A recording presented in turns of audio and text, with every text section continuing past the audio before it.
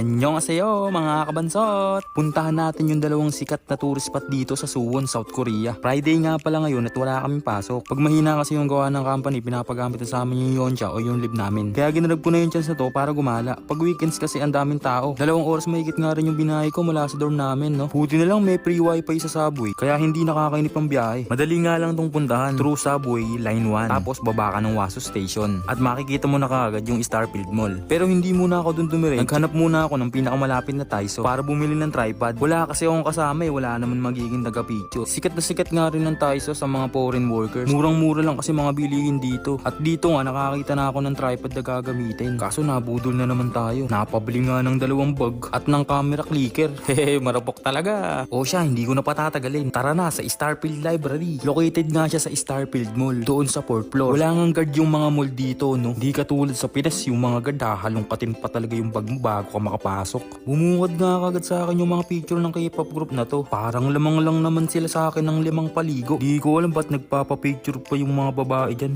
Habang naglalakad nga ako dito, napatingin pa sa akin si IU. Hehe, I love you. Maya nga dumating na yung mga nasa picture kanina. Pero hindi na rin ako nagtagal, no? Umalis na din ako agad kasi naririndi na ako sa mga babae. Tilian ng tilian. And yes, finally nandito na tayo. Tingnan nyo naman, napakaganda at napaka-futuristic ng library na to. Kahit sino nga pwedeng bumisita dito. Libre nga lang at walang bayad. Open space nga siya for everyone. Hindi nga lang puro pang Korean yung mga libro dito. Iba't ibang klase or genre ng libro ang available. Kaya kung mahilig ka magbasa ng libro, swak na swak nga sa itong lugar na to. Napaka-aesthetic at napaka-instagrammable ng vibes ng lugar na to. Maya nga dito naman nagpunta yung mga K-pop group kanina. Sinusundan na yata ako na itong mga to Ito naman yung mga iba niyang kasamahan.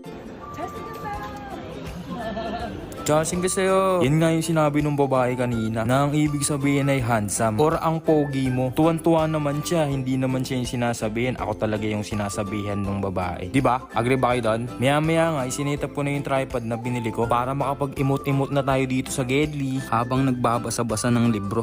Ang dami ko pang gustong basahin. Kaso nahihirapan akong abutin yung mga parating nasa taas na. Pansot problems nga naman. Kaya hindi ko na nga pinahirapan yung sarili ko. Yung mga nasa bandang baba na lang yung mga binasa ko. Hindi ko nga namamalayan, halos 2 oras na pala akong mahigit dito. Malilibang at maa-amaze ka din talaga kasi. Kaya bawat kanto, kahit sobrang lawak ng library na to, pinuntahan ko talaga. 2 nga pala yung Starfield Library dito sa South Korea. Yung isa sa Gangnam at etong pinuntahan ko ay sa Suwon. Sa sobrang popular nga ng lugar na to, kahit nasa Pinas pa lang ako, isa na nga to sa mga bucket list ko. Bago nga ako umalis at bago ko iwan itong napakaraming libro na to, may naalala akong isang kasabihan. You know what? In life,